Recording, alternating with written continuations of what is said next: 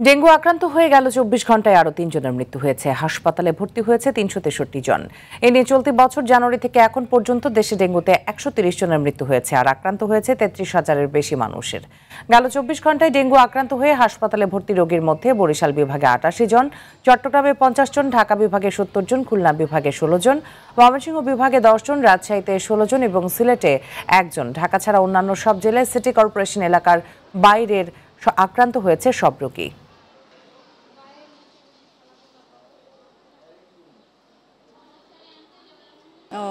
শনিবার বিকেল থেকে জ্বর ছিল, এরপর বমি ছিল ২ দিন, তারপর মাথা ব্যথা, পেট ব্যথা। আমরা টঙ্গী মেডিকেলে টেস্ট করাইছি, ওখান থেকে ডেঙ্গু প্লাস আপনার ওই যে টাইফয়েড ধরা পড়ছিল। জ্বর ছিল অনেক, জ্বর থাইমে থাইমে আসতো, আর হাত পা চাবাইতো, কামড়াইতো, এরকম মানে ব্যথা হইতো, শরীরে হাঁটতে পারতো। ৩০ তারিখ থেকে জ্বরের পরে বেশ গা ব্যথা, মাথা ব্যথা, তারপরে এখানে আনার পরে স্যালাইন দিয়েছে, স্যালাইন বা অন্যান্য ওষুধ দিয়েছে, দেওয়ার পরে বেশ একটা সুস্থ হয়েছে এখন। দর্শক, মহাখালী ডিএনসিসি হাসপাতালে আছেন আমাদের সহকর্মী সাদিয়া কানিজ, সরাসরি যুক্ত হচ্ছেন তিনি।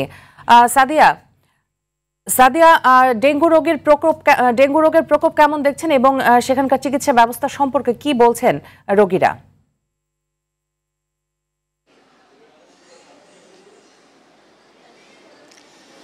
মিতু, ডেঙ্গু কিন্তু এখন আর শুধুমাত্র মৌসুমি রোগের মধ্যে সীমাবদ্ধ নেই। আমরা পূর্বের বছরগুলোতে দেখতাম আসলে বর্ষাকাল এলেই ডেঙ্গু রোগের প্রকোপ বাড়তো, এখন কিন্তু সেইটি আর নেই। সারা বছরই মোটামুটি ডেঙ্গু রোগের প্রকোপ আমরা দেখতে পাচ্ছি এবং ডেঙ্গু আক্রান্ত হয়ে হাসপাতালে ভর্তি রোগীর সংখ্যাও বাড়ছে।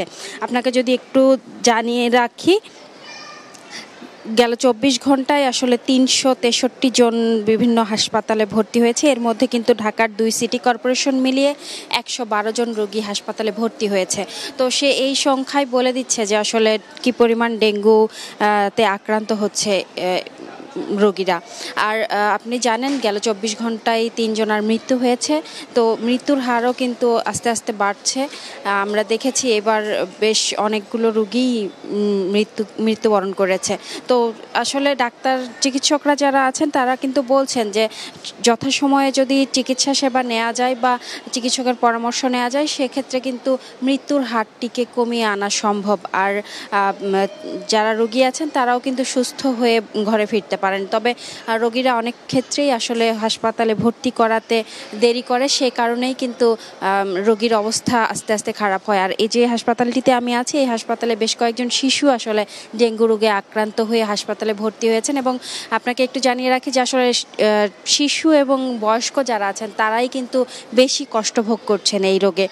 আর শিশুদের অভিভাবক যারা আছেন তাদের সাথে কথা বলে জেনেছি, শিশুরা আসলে প্রচণ্ড গায়ে জ্বর, গায়ে ব্যথা, বমি, পাতলা পায়খানা এসব উপসর্গ নিয়েই কিন্তু হাসপাতালে ভর্তি হচ্ছেন। তবে চিকিৎসা সেবা নিয়ে অনেকটাই সুস্থ হচ্ছেন তারা। আসলে এই হাসপাতালটিতেও বেশ কয়েকজনকেই আমরা সুস্থ হতে দেখেছি চিকিৎসা সেবা নিয়ে।